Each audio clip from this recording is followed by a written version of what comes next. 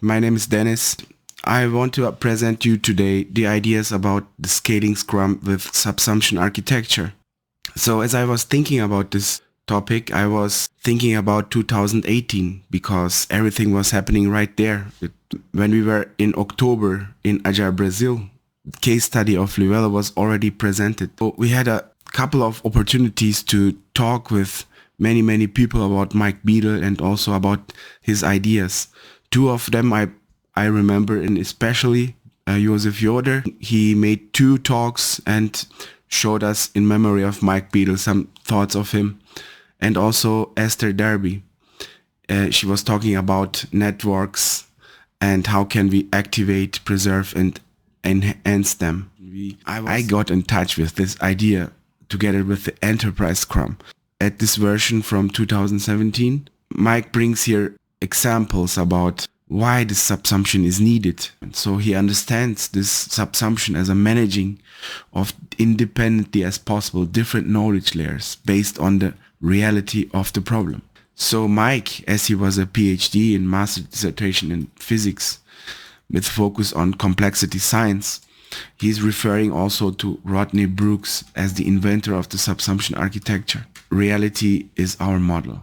To understand this, there is, for example, we could see in the internet many examples with robots about this subsumption architecture. So it's about overcoming the impediments and searching for the light. Yes, 2 basic natural abilities given to this robot. For example, he has in this subsumption agile behavior, he's sensing it, does some acting, and then he repeats it.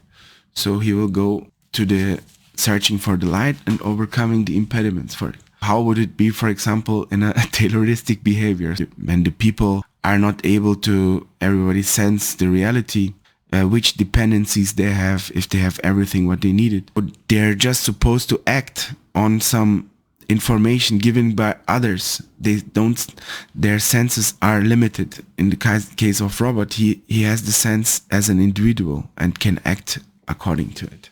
So let's imagine if there would be not only one robot, but many robots, and these robots would represent the people inside of the company. If the light would be the direction or something which makes sense, like for example the clients or the experience of the clients, of the users, or their own experience, the people gather around these lights, these values, and could improve their experience and experience of all involved. Is this a utopia? Could we imagine this also in a more public domain? How could you, for example, connect to your state government during the pandemic? Could you connect yourself and contribute to decline the time available for the vaccines? Mike Beadle sees subsumption architecture as a different type of management, where the collaboration between different knowledge layers is allowed and possible. We have to go away from the traditional management structures towards a network of collaborating teams in different knowledge layers according to the reality and the necessity. Enterprise Scrum N levels of subsumption is possible. That means that we can reorganize in cycles in N levels. Tribes, which were like a business units, they had customer segments in it and products.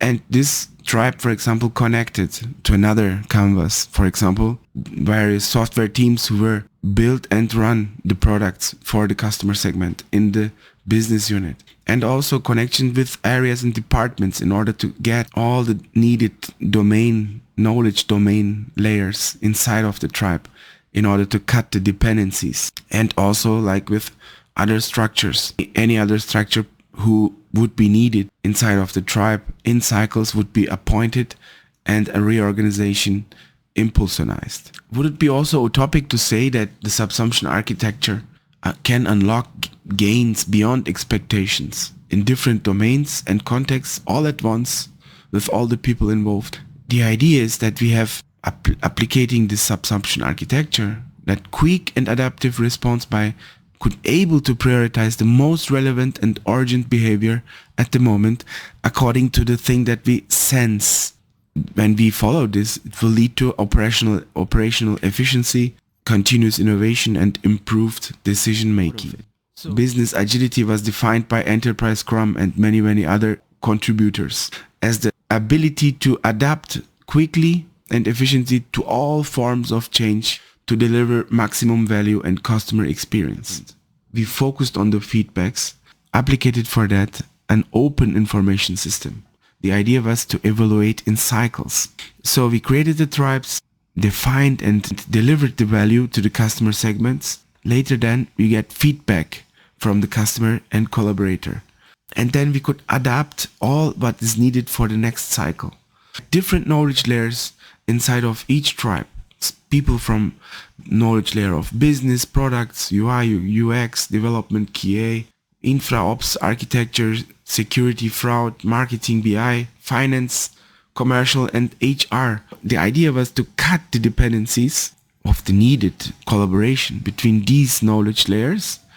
So these different people from this domain layers were together on a daily basis, out of their functional silo into a more sense-making network. People in the tribes have all needed knowledge layers, people from departments. So what was achieved? It was beyond the expectations. That less hierarchy could ensure a more effective collaboration day-to-day basis with business and IT and all the other subsumptional knowledge layers. Also could ensure more personal development. So these people were more excited and had more possibilities and opportunities for their personal development. For example, getting to know about other aspects of the work they have been doing in their own departments. Also, they could have more celebrations for the gains and outcomes they have reached all together and know where they belonged and what value they created with all the other people. Also, constant feedback was very positive. We also could ensure to have more effective communication. Also, a much better environment in all needs, like since the staff for the administration of the places to work with telepresence of all the people involved, even working remotely in other countries or states, and also could have more product focus, scalability, decentralized priorities, velocity in communication, synergy between teams, time to market, respond to change, and productivity, which was very good. It was crucial. So in order to wrap up everything, it would be utopic to say that Enterprise Scrum could be a path for a more democratic and open management.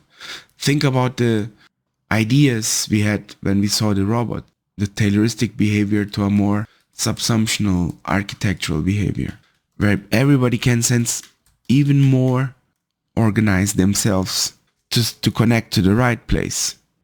We could apply this everywhere for all types of business, organization, and contexts. You can contact me anytime if you have any doubts about all these topics and ideas we will be talking about.